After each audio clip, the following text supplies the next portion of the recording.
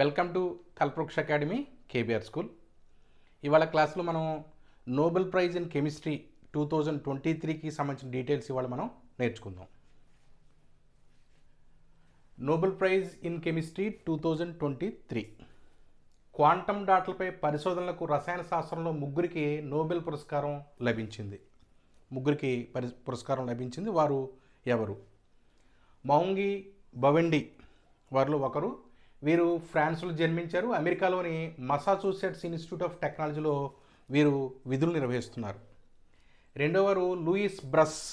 వీరు అమెరికాకు చెందినవారు. న్యూయార్క్లో కొలంబియా యూనివర్సిటీలో పనిచేస్తున్నారు. వేరొకరు అలెక్సీ ఎకిమోవ్. వీరు ఒకప్పటి సోవియట్ యూనియన్లో జన్మించారు.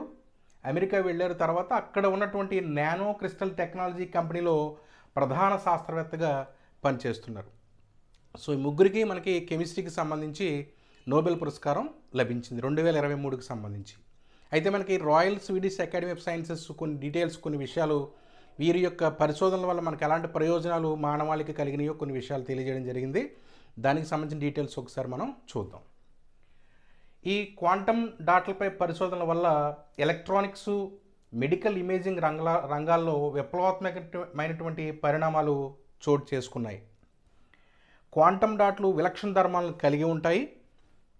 ప్రస్తుతం మనకు అందుబాటులో ఉన్నటువంటి టీవీ స్క్రీన్స్, ఎల్ఈడి ల్యాంప్స్ నుంచి వచ్చేటటువంటి కాంతి వ్యాప్తి వాటి నుండి మనకి వస్తున్నట్టుగా మనకి ఇక్కడ వారు తెలియజేయడం జరిగింది.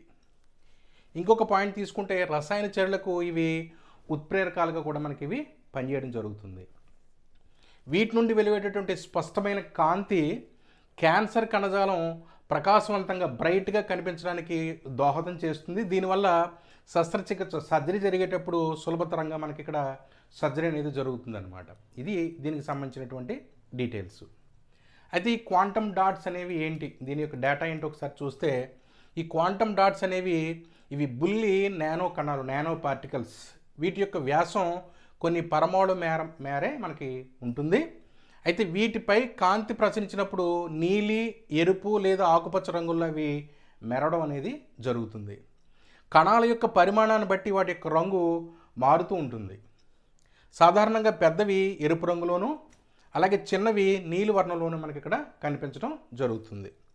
ఆయా కణాల్లో ఎలక్ట్రాన్లకు అందుబాటులో ఉండేటటువంటి చోటు పరిమాణమే రంగులో మార్పుకి మనకి ఇక్కడ కారణంగా తెలుస్తుంది.